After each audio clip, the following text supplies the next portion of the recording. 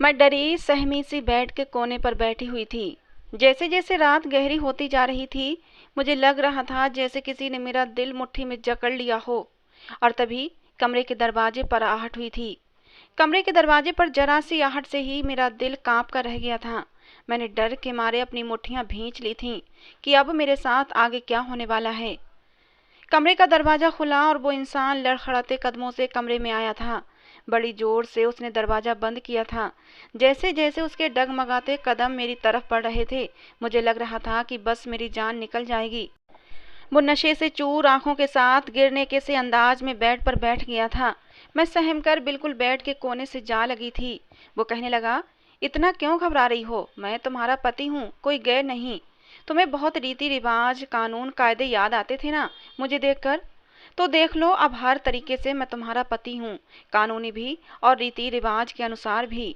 ये मत समझना कि मैं नशे में हूँ तो तुम्हें छोड़ दूंगा। आज मैं तुम्हें बताऊंगा शादी के फेरे क्या होते हैं और शादी के मंत्र क्या होते हैं, कानूनी पति क्या होता है। ये सब मैं आज की रात तुम्हें बताऊंगा। ये सुनकर मैं रोने लगी थी। उस समय मैं बिल्कुल बेबस थी। अभी तक मैं अपनी स्कूल यूनिफॉर्म में ही थी। मेरी उम्र अभी सिर्फ 18 साल थी और मैं 12वीं क्लास की स्टूडेंट थी। स्कूल से घर जा रही थी कि अचानक से मेरे सामने गाड़ी खड़ी हुई थी। गाड़ी की पिछली तरफ का दरवाजा खोलते ही किसी ने मुझे कलाई से पकड़कर अंदर की तरफ बड़ी जोर से खींचा था। मैं डगमगाकर गाड़ी में गिरी थी और किसी ने मुझे खींचकर गाड़ी के अंदर किया और दरवाजा एकदम से बंद हो गया। मेरी नाक पर एक रुमाल रख दिया गया और मैं होश की दुनिया से गाफिल हो चुकी थी। जब मुझे होश आया तो मैं एक बंद कमरे में थी। ये देखकर मैं बहुत घबरा गई थी, रोने लगी थी और दरवाजा पीटने लगी कि दरवाजा खोलो और मुझे यहाँ से बाहर निकालो। लेकिन मेरी चीखों पुकार सुनने वाला जैसे कोई न था। रोते रोते मैं बेहाल हो चुकी थी। मेरा गला सूख चुका था और अब दर्द भी करने लगा था। पूरा कमरा बंद था, न वहाँ कोई खिड़की थी न कोई रोशनदान कि मैं अंदाजा लगा सकती मैं कहाँ हूँ, बाहर दिन है या रात हो चुकी है। मैं हर चीज से बेखबर थी। 4 घंटे के बाद जब दरवाजा खुला तो मेरे सामने जो आदमी खड़ा था, उसे देखकर मैं सांस तक लेना भूल गई थी। उसके साथ 2 मर्द और भी थे। उन्हें देखकर मेरा दिल यूं हो गया था कि जैसे धड़कना भूल गया हो।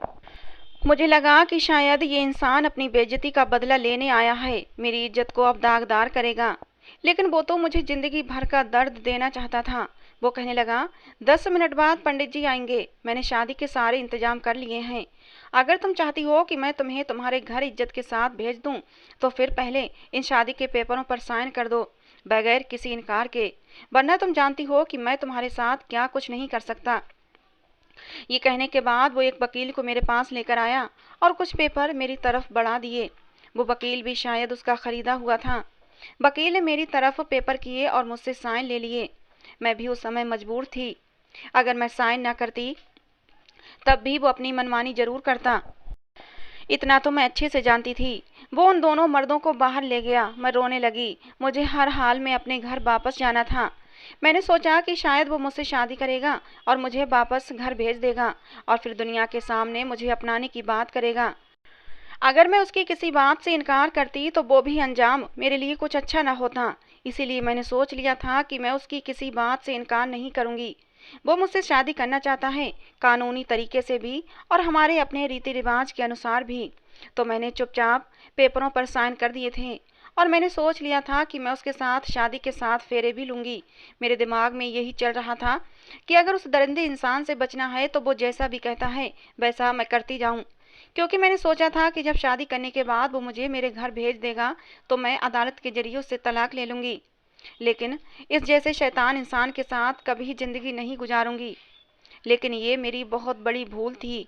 वो शादी करने के बाद भी और भी गलत इरादे रखता था और मैं उसके गंदे इरादों से बेखबर थी। मैं अपनी खुशफहमी के चलते दिल ही दिल में खुश हो रही थी कि शादी होते ही मैं घर चली जाऊंगी। इसीलिए मैं उसकी सारी बातें मान रही थी, क्योंकि मेरे पास यही एक चांस था अपनी इज्जत बचाने का। जैसे ही पंडित जी आए और वो मुझे बुलाने आया तो मैं बिना किसी इनकार के उसके साथ चल दी थी। मैंने कोई भी ना नुकर नहीं की थी। खामोशी के साथ उसके साथ शादी कर ली। थोड़ी ही देर बाद वो सब लोग चले गए थे, लेकिन वो मुझे कमरे में लाकर बिठा गया था।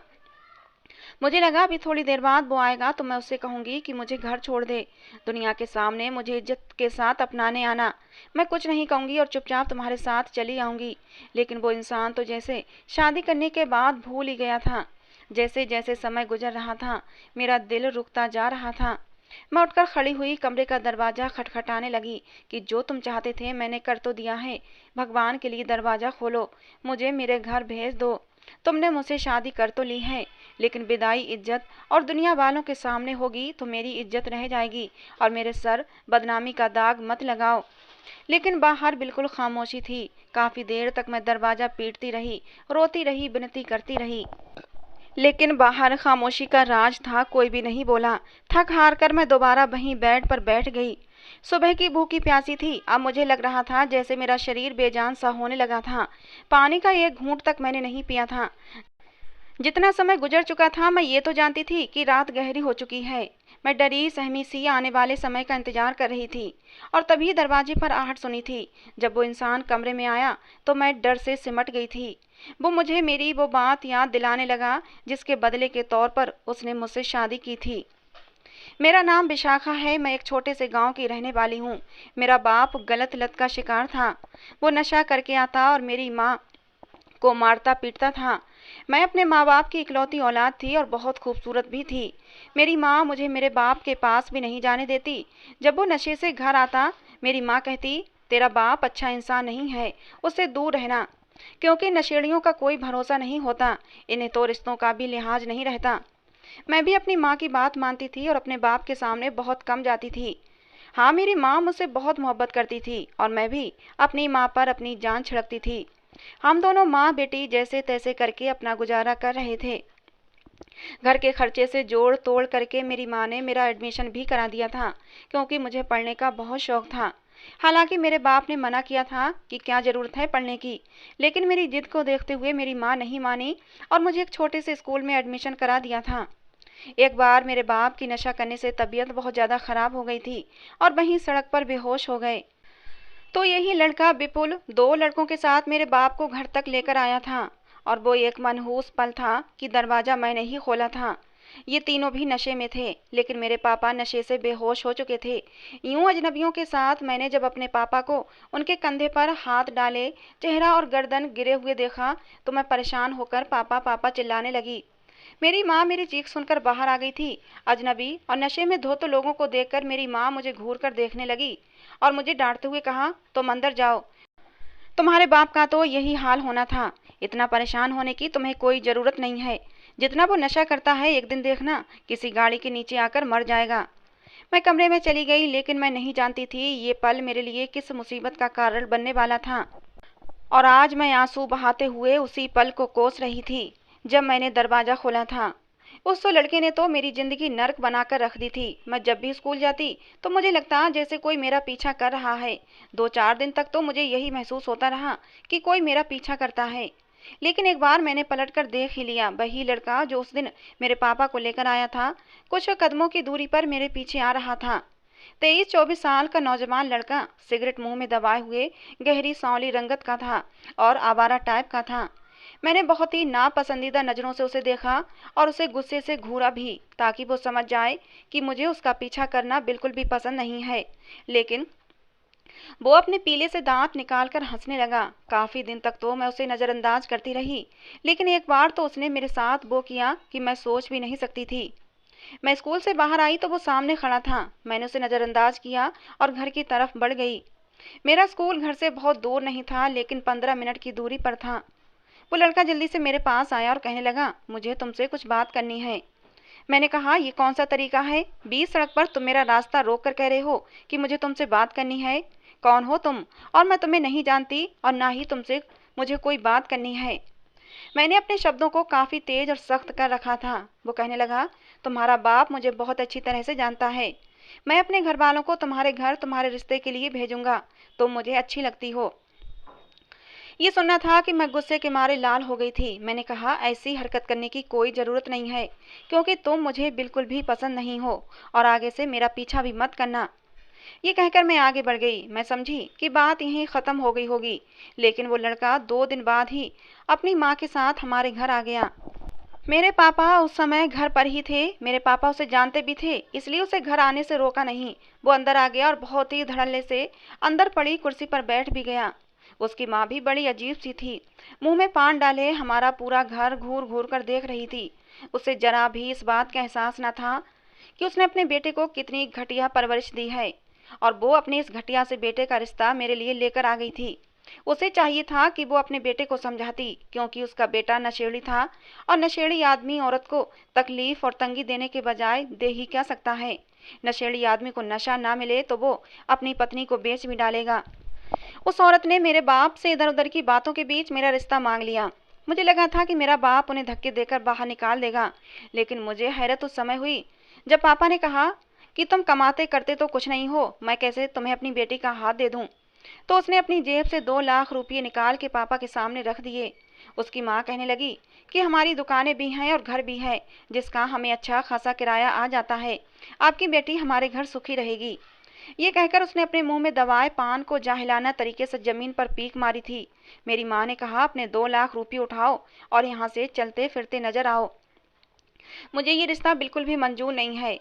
लेकिन मेरे पापा ने वो 2 लाख रुपये फौरन उनके हाथ से ले लिए। कहने लगे, मुझे ये रिश्ता मंजूर है। ये सुनना था कि मैं गुस्से से कांपने लगी थी। मेरी माँ भी कहने लगी, क्या हो गया है आपको? मैं कभी भी अपनी बेटी किसी भी नशेड़ी के हवाले नहीं कर सकती। पापा कहने लगे, तेरी बेटी कहाँ से आई? वो मेरी बेटी है और मैं पूरे होशो हवास से उसकी शादी इस लड़के से करूँगा।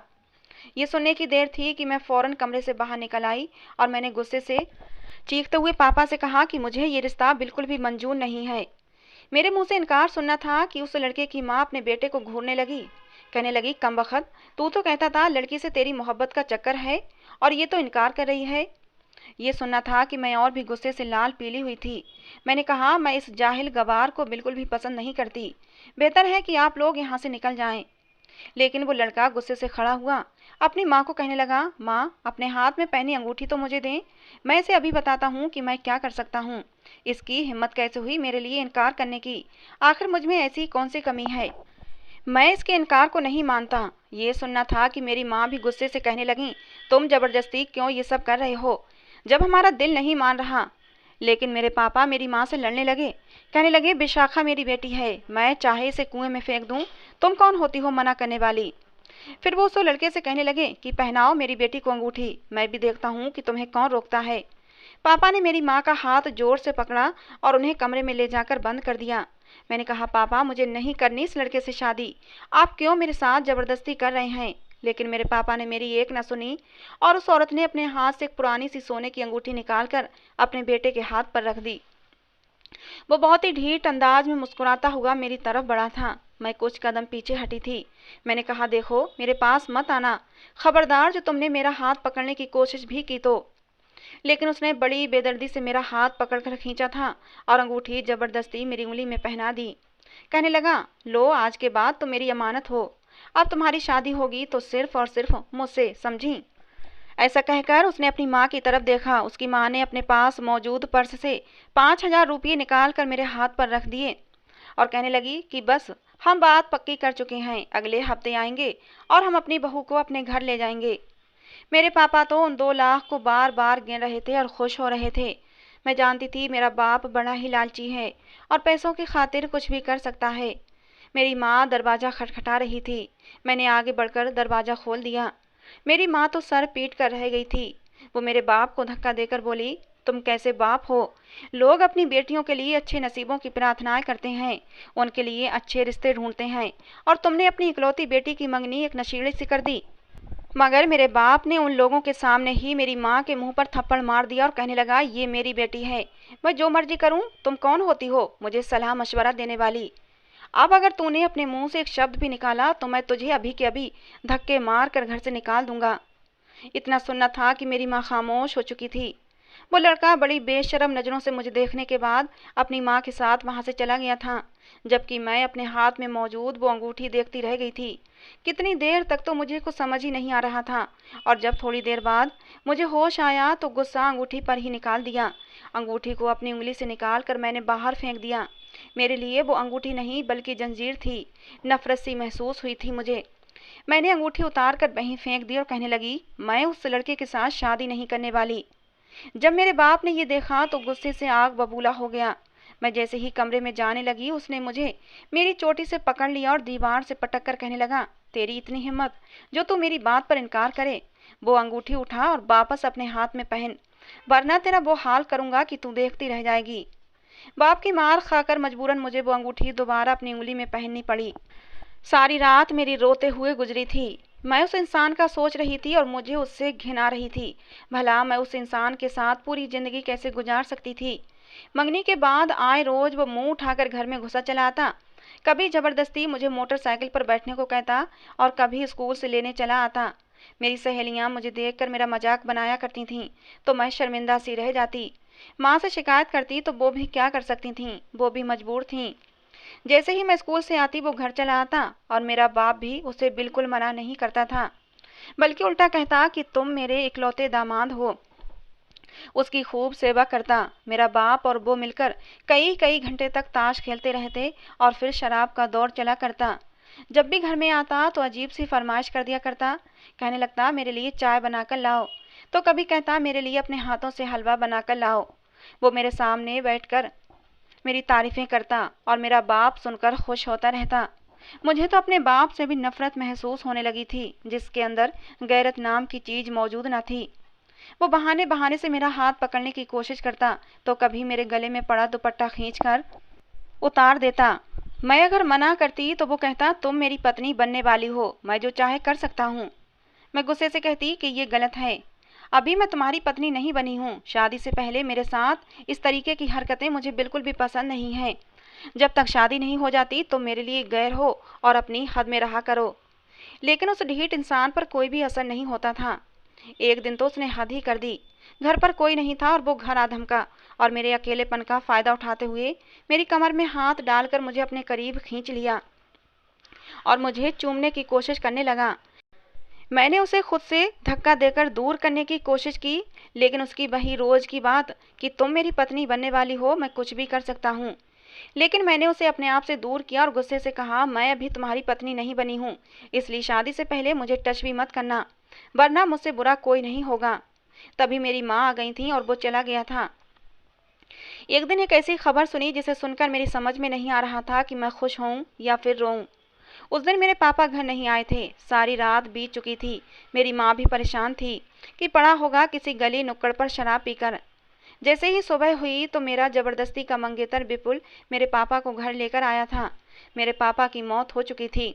शराब पीने की वजह से वो ऐसा बेहोश हुआ कि दोबारा उठ ही न सका। मगर ये सब सुनकर मुझे जरा भी दुख महसूस नहीं हुआ था, ना ही मेरी आंख से आंसू आए थे। मैं उल्टा खाली खाली आंखों से अपने बाप को देख रही थी। गांव वाले मेरे बाप के अंतिम संस्कार में शामिल होने के लिए भी नहीं आए थे, क्योंकि पूरा गांव जानता था कि मेरे बाप की करतूतें कितनी गलत हैं। थोड़े बहुत लोग आए थे, वो भी सिर्फ मेरी और मेरी माँ की हमदर्दी की खातिर आए थे। खैर पापा के मरने के बाद तो विपुल से सारे रिश्ते नाते ही टूट चुके थे। ये रिश्ता पापा ने तय किया था और अब मैं उसके इस रिश्ते से आज़ाद थी। अगले ही दिन जब वो दोबारा मुझसे मिलने घर आया, मैंने वो अंगूठी उतार कर उसके मुंह पर दे मारी।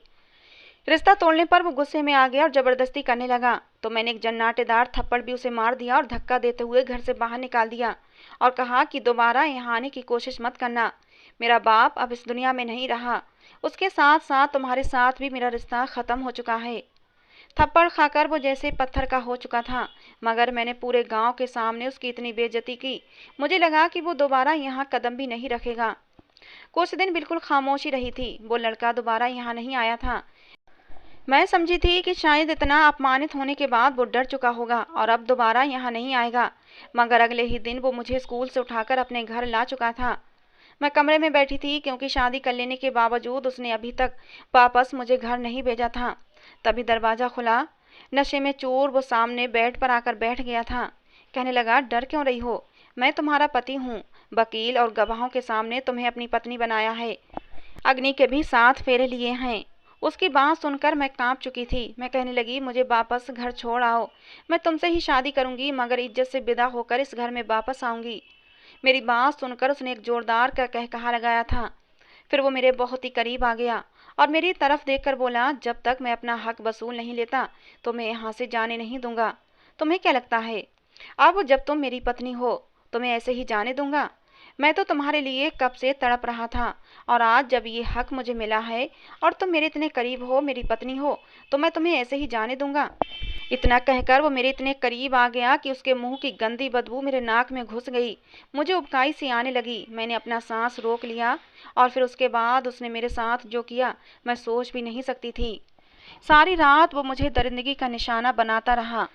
मैं दर्द से तड़पती रही और मैं चाहकर भी कुछ कर न सकी। सुबह हुई तो मेरा पूरा शरीर दर्द से चूर था। मैं उठकर बैठी तो ऐसा लगा कि जैसे मेरी जान निकल रही थी। सब कुछ खत्म हो गया था। मेरे बाल बिखरे हुए थे, शरीर से जगह जगह खून रिस रहा था। विपुल कहने लगा, जाओ चली जाओ वापस अपने घर, मगर खबरदार जो कुछ भी बताने की कोशिश की तो, वरना मुझसे बुरा कोई ना होगा। इतना कहकर उसने मुझे घर से कुछ दूरी पर उतार दिया।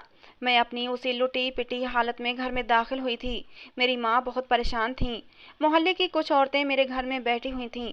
मुझे और मेरी हालत को देखकर वो तरह तरह की बातें करने लगीं। जबकि मेरी माँ ने जब मुझे देखा तो फौरन मुझे कमरे में ले गईं और उन औरतों को वहाँ से भेजने लगीं। मैं फूट फूट कर रोने लगी और माँ को सारी हकीकत बता दी।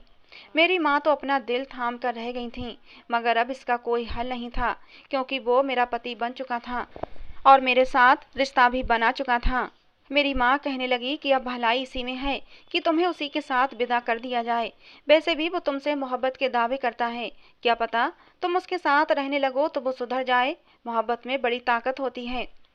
मेरा दिल तो नहीं मान रहा था, मगर मैं मजबूर थी, क्योंकि मैं उसकी पत्नी थी और उसने कल जो कुछ मेरे साथ किया था मैं सारी जिंदगी भूल नहीं सकती थी। ना चाहते हुए भी मेरी माँ मुझे सुनहरे सपने दिखाने लगी। मोहल्ले वालों ने भी हमारे घर आना जाना शुरू कर दिया था। पूरे मोहल्ले में ये खबर फैल गई थी। बहाने बहाने से औरतें हमारे घर आती और फिर मैंने भी किसी से कुछ नहीं छुपाया। पूरे गांव में ये खबर फैल गई थी। सब विपुल पर थू थू कर रहे थे, लेकिन उसके डर की वजह से कोई कुछ नहीं बोलता था। पूरा गांव जानता था कि विपुल कितना गिरा और घटिया इंसान है। सब मुझे दया भरी नज़रों से देख रहे थे और मुझे समझा भी रहे थे कि अब जब तुम्हारा बाप का साया भी तुम्हारे सर पर नहीं है, और साया था तब भी वो तुम्हारे लिए बाप कम और कसाई ज़्यादा था। तुम अकेली तनहा माँ बेटी उसका मुकाबला नहीं कर सकती। इसलिए ऐसा करो, चुपचाप उसी के घर में उसकी पत्नी बनकर रहो।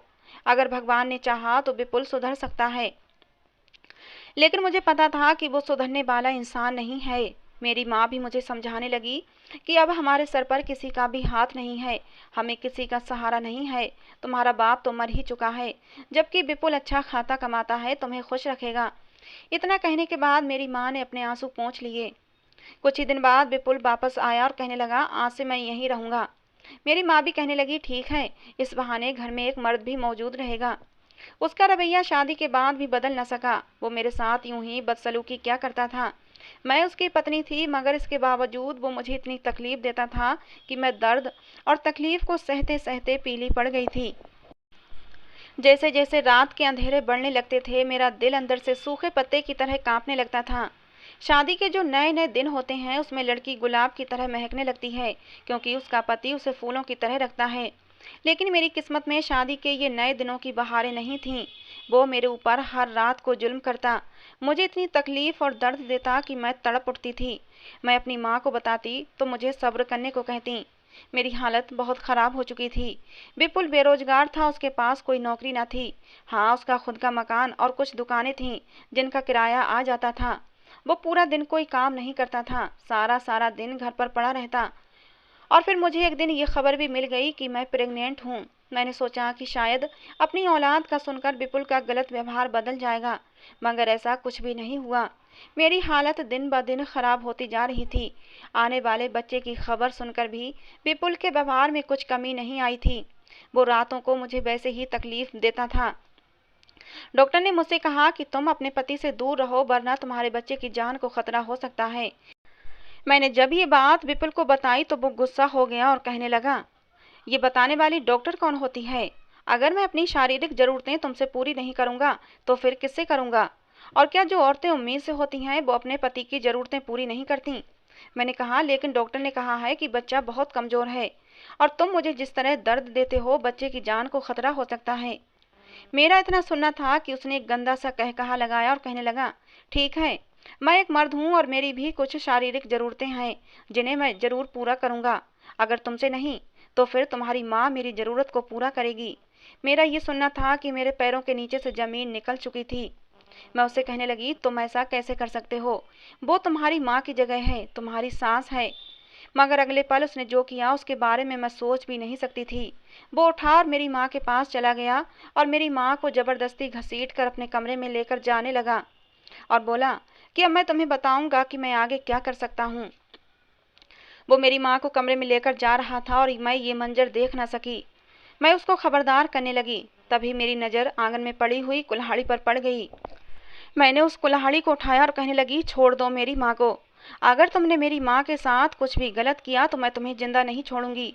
ये सुनकर वो हंसने लगा, कहने लगा, तुम में इतनी हिम्मत नहीं है कि तुम मुझे मार सको। मैं नहीं जानती थी कि उस समय मेरे अंदर इतनी हिम्मत कहाँ से आई थी, मगर मैंने विपुल के सर में कुल्हाड़ी दे मारी थी। खून के फव्वारे छूट पड़े थे। कुछ देर बाद ही वो तड़प तड़प कर जमीन पर ढेर हो चुका था।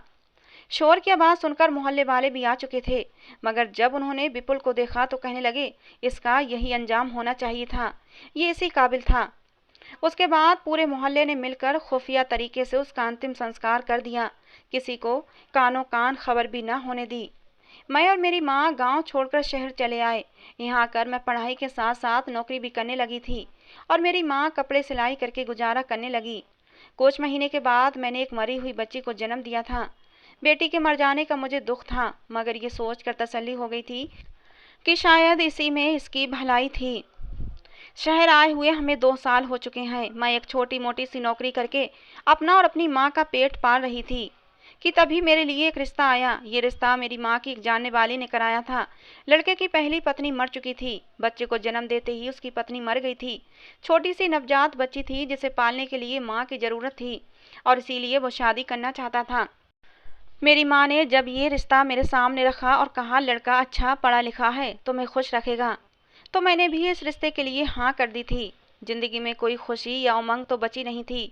हाँ, जब उस मासूम बच्ची का सोचा तो मेरे दिल में उसके लिए ममता उमड़ आई थी। मैंने सोचा, वो छोटी सी नवजात बच्ची है, उसे माँ की सख्त ज़रूरत है। मैं उसे माँ का प्यार दूंगी। पता नहीं कोई दूसरी सौतेली माँ आएगी, वो कैसी होगी। मैं उस बच्ची का अच्छे से ध्यान रखूंगी। यही सोचकर मैंने रिश्ते के लिए हाँ कर दी थी। मेरी माँ ने मेरी शादी कर दी और मैं अपनी ज़िंदगी में आगे बढ़ गई।